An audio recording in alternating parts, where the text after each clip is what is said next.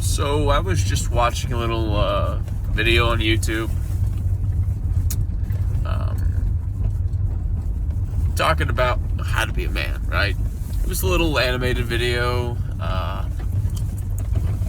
basic animation style, but it was a good one. I personally enjoyed. And one of the focal points of the video was when the main character of this particular video realizes that they need to go to their father to figure out how to be a man. What they understand at least to be a real man, which is a very wise decision. That's what you really should be doing if you want to figure out how to be a man, And this kid's father is absolutely masculine. He's a real beefcake, real beast, and he's got a lovely wife. Now, of course, we don't know the exact dynamics of the mother and the father in this kid's life, but it's very clearly shown to me in this video, hypothetically at least, this is a fictional story, of what the father had failed their son, right? They failed at being present for their son. And I just realized that that's a lot of families, in America today. The father is always away. He's always off working. He's working long shifts. He's, exhausted. He's tired. And because he's so far away from home, he doesn't exactly get the opportunity to actually go ahead and spend time with his sons and daughters, right? And shows them, the sons how to be men and the daughters how to be women. And by the way, mothers obviously can show daughters, I think, how to be women better than men, of course. I believe that. But I think it's difficult to ask a mother to show a son how to be a good man. And by a good man, I'm not talking about a nice man. I'm not talking about a walking doormat that society tries to teach, adolescent boys as the kosher way to live life, but rather how to just be a good man. Because a good man is not just a nice guy, right? I believe that nonsense for years. I had falsely believed that women wanted a guy who was, just very polite, very friendly. I had no concept of what it meant to be a masculine man.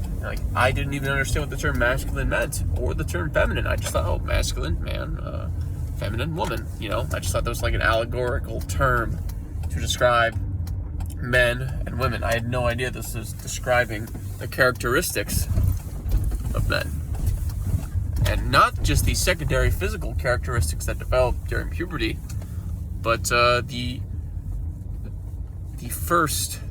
foundational principles, right? Getting a little off tangent. Point is that if you're a father who's living in America and you decide you want to go ahead and have a family and kids, as difficult as that is today in 2025, but let's say you manage to find an actually decent woman who's not a hoe and, has actually got some loyalty, understands the concept of, I have one life, I really don't want to screw off and waste it fiddling around with a bunch of guys that would never commit to me anyways. I think I'd rather, lay my eggs with the guy who actually I want and who will commit to me, right? Let's say you do find that lady, and then you start to have kids. The problem is that in order to afford to, take care of your wife and take care of those kids, is you probably have to work more hours. And if you're working more hours, you're more tired, you're more exhausted, you're spending time away from family. It jacks everything up, man. Because, fathers being physically there for the kids is so important. And you can find that pretty much throughout all the literature today, talking about all the statistical difficulties for children in general who do not have present fathers in the home. And I'm not talking about a dad that didn't run out on them, or a dad that, is not a deadbeat, okay? Because my dad is not a deadbeat, okay? He worked every day of his life. You know, he's one of the hardest workers I've ever known, and he puts up with a lot of crap. The problem is that he's not present. He's, when I was younger, he was always working.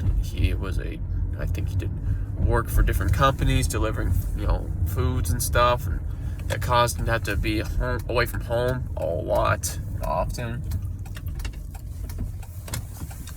And that led to me basically not having his guidance, his direct and consistent and repetitious guidance that I think young boys need in order to become men, right? And I was taken out of the high school system, which is probably for the best. I think I would have been worse off if I stayed in high school, but I don't think it's the case for everybody. But it definitely was for me.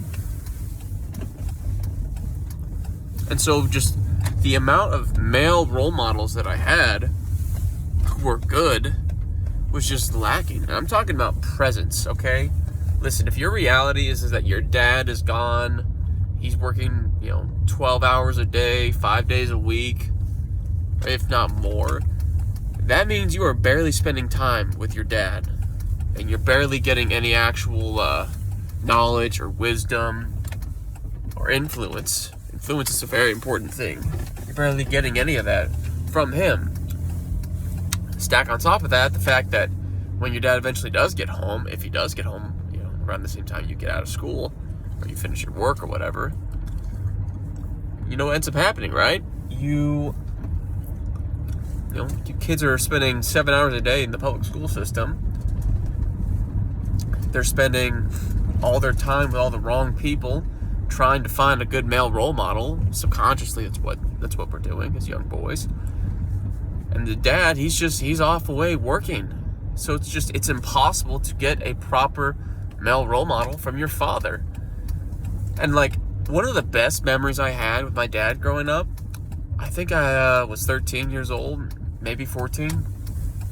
It's when he started taking me and my older brother to the gym. We were homeschooled at this point, and he decided that this was going to be like our PE. We were going to go to the gym every single day.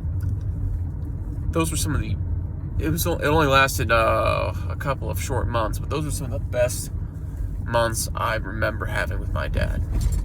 And for the longest time, I tried to get my dad to start going back to the gym with me. Even if it was just walking on the damn treadmill, right? For context, my dad, he's obese. He's overweight. I'm not going to say the weight, but he's obese and he needs to lose weight. And that's something I think about a lot. But I kind of tread lightly about that because, for reasons I won't go into. Point is, though, is that was one of the best memories I have with my father. Was him taking me to the gym. Because here's the thing, I didn't ask to go to the gym, okay? My older brother didn't ask to go to the gym. Dad took the initiative and said, hey kids, we're going to the gym. This is going to be a part of your school.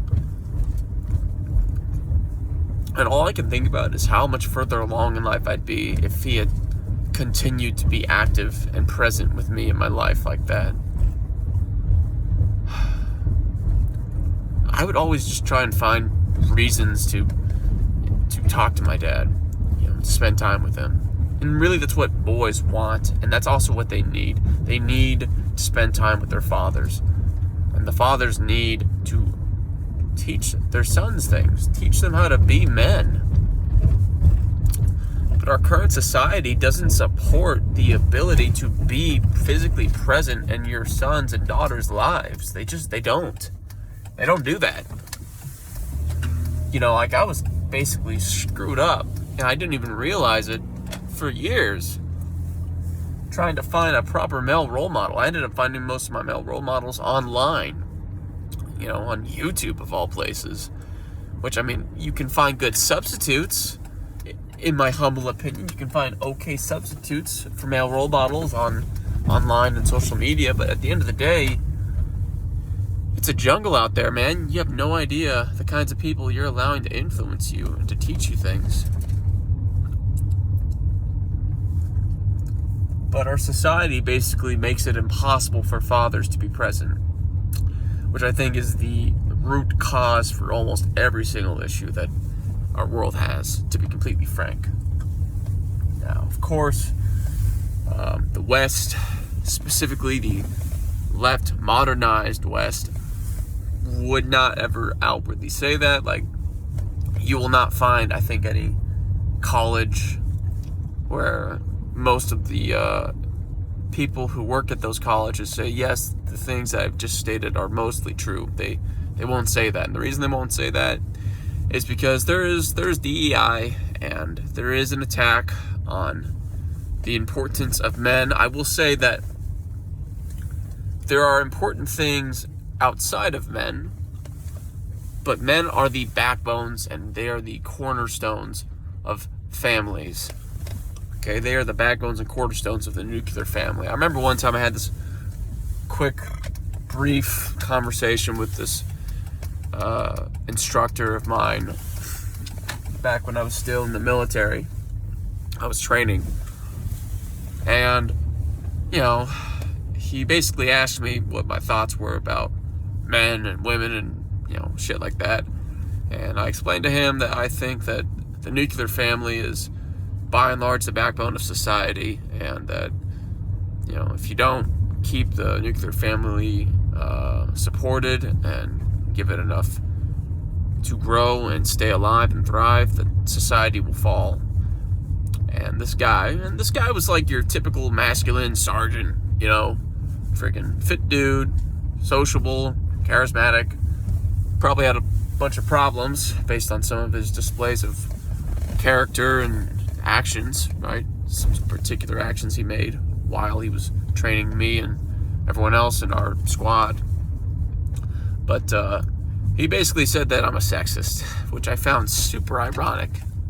And he didn't state it in an emotional like manner, like it was a reaction. It was a very matter of fact way of saying it. He said it with pretty much no disdain, as far as I could tell, in his voice or in his eyes or his body language, right? But the thing is like, when I heard him say that, I thought to myself, that makes me a sexist?